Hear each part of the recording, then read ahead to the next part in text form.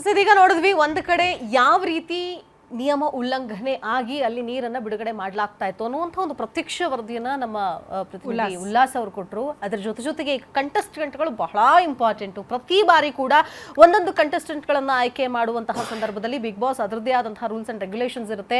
ಜನರಿಗೆ ಆಪ್ತವಾಗಬೇಕು, ಜನರಿಗೆ ಕನೆಕ್ಟ್ ಆಗಬೇಕು ಅನ್ನುವಂಥ ನಿಟ್ಟಿನಲ್ಲಿ ಬೇರೆ ಬೇರೆ ಭಾಗದಿಂದ ಹೆಕ್ಕಿ ತರುವಂತಹ ಕಂಟೆಸ್ಟೆಂಟ್ಗಳು. ಈ ಬಾರಿ ಆ 17 ಕಂಟೆಸ್ಟೆಂಟ್ಗಳಲ್ಲಿ ಮಲ್ಲಮ್ಮ ಅನ್ನುವಂತಹ ಕಂಟೆಸ್ಟೆಂಟ್ ಸಿಕ್ಕಾಪಟ್ಟೆ ಫೇಮಸ್ ಆಗಿದ್ರು. ಯಾಕಂತಂದ್ರೆ ಅವರು ಸರಳ, ಅವರ ಮಾತು ಆಗಿರಬಹುದು, ಸೊ ಸಾಮಾನ್ಯ ಜನರನ್ನ ಪ್ರತಿನಿಧಿಸುವಂತಹ ಒಬ್ಬ ಮಹಿಳೆಯನ್ನ ಕರ್ಕೊಂಡು ಹೋಗಿದ್ದಾರೆ ಅಂತ ಬಹಳ ಖುಷಿಯಾಗಿದ್ರು. ಅವ್ರ ಊರಿನವರಂತೂ ಸಿಕ್ಕಾಪಟ್ಟೆ ಹ್ಯಾಪಿ ಆಗಿದ್ರು. ಆದ್ರೆ ಇವತ್ತು ಈಗ ಅರ್ಧಕ್ಕೆ ನಿಂತಿರೋದ್ರಿಂದ ಅಲ್ಲಿರುವಂತಹ ಅವರ ಗ್ರಾಮಸ್ಥರು ಪಟ್ಟು ಹಿಡಿದಿದ್ದಾರೆ. ಈ ಕುರಿತ ಒಂದು ಬ್ರೇಕಿಂಗ್ ಅಪ್ಡೇಟ್ ನಿಮ್ಮ ಮುಂದೆ.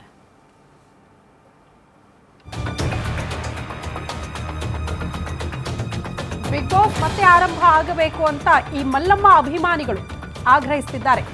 ಬಿಗ್ ಬಾಸ್ ಸ್ಪರ್ಧಿ ಮಲ್ಲಮ್ಮ ಗ್ರಾಮಸ್ಥರು ಪಟ್ಟು ಹಿಡಿದಿದ್ದಾರೆ. ಮತ್ತೆ ಶೋ ಆರಂಭ ಆಗಬೇಕು ಅಂತ.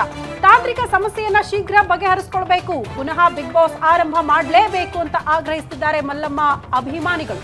ಯಾದಗಿರಿಯ ಹುಣಸಗಿ ತಾಲೂಕಿನ ಕನ್ನಳ್ಳಿ ಗ್ರಾಮಸ್ಥರ ಆಗ್ರಹ ಇದು.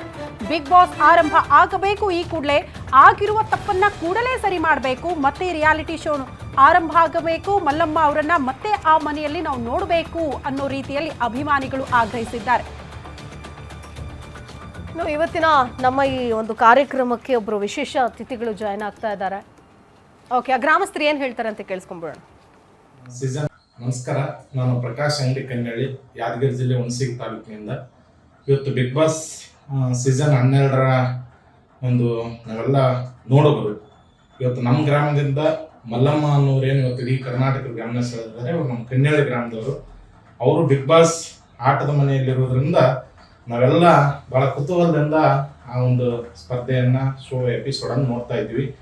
ನಿನ್ನೆ ದಿನ ಇಮಿಡಿಯೇಟ್ಲಿ ಆಗಿ ಆ ಒಂದು ಬಿಗ್ ಬಾಸ್ ಮನೆ ಬಂದಾಗಿರೋದು, ಅದಕ್ಕೆ ಏನು ಇಲ್ಲಿಗಲ್ ಸಮಸ್ಯೆ ಇದೆಯೋ, ತಾಂತ್ರಿಕ ಕಾರಣ ಇದೆಯೋ ಅದು ನಮ್ಗೆ ಗೊತ್ತಿಲ್ಲ. ಬಹುತೇಕ ಆ ನೋಡುಗರಿಗೆ ಒಂದು ರೀತಿಯ ಕ್ಯೂರಿಯಾಸಿಟಿ ಏನಿತ್ತು ಅದು ಕಡಿಮೆ ಆಗೋದಕ್ಕಿಂತ ಮೊದಲೇ ದಯವಿಟ್ಟು ಆ ತಾಂತ್ರಿಕ ಸಮಸ್ಯೆಗಳನ್ನು ನಿವಾರಿಸಿಕೊಂಡು ಬಿಗ್ ಬಾಸ್ ಅನ್ನ ಪುನಃ ಪ್ರಾರಂಭಿಸಬೇಕು ಅಂತೇಳಿ ನಾವು ಒತ್ತಾಯ ಮಾಡ್ತೇವೆ. ಆ ಸ್ಪರ್ಧಿಗಳೆಲ್ಲ ಚಂಚಲ ಆಗದೆ ಇರುವ ಹಾಗೆ ಬಹುತೇಕ ಬಹಳ ಉತ್ತಮವಾಗಿ ಆಡ್ತಿದ್ರು. ನಾವೆಲ್ಲರೂ ಮಲ್ಲಮ್ಮ ಅವ್ರ ಜೊತೆಗೆ ಎಲ್ಲರದ್ದು ನಾವು ನೋಡ್ತಾ ಇದ್ವಿ. ಇವತ್ತು ಆ ಸ್ಪರ್ಧಿಗಳು ಏನು ನೋಡಿದ್ರೆ ಅವ್ರಿಗೆ ಯಾವುದೇ ರೀತಿಯ ಆ ಕುತೂಹಲ ಬಹಳ ವೇಟ್ ಮಾಡದೆ ಅದನ್ನು ಪ್ರಾರಂಭಿಸಬೇಕು ಅನ್ನುವಂಥದ್ದು ನಮ್ಗೆ ಒತ್ತಾಯ ಆಗಿದೆ.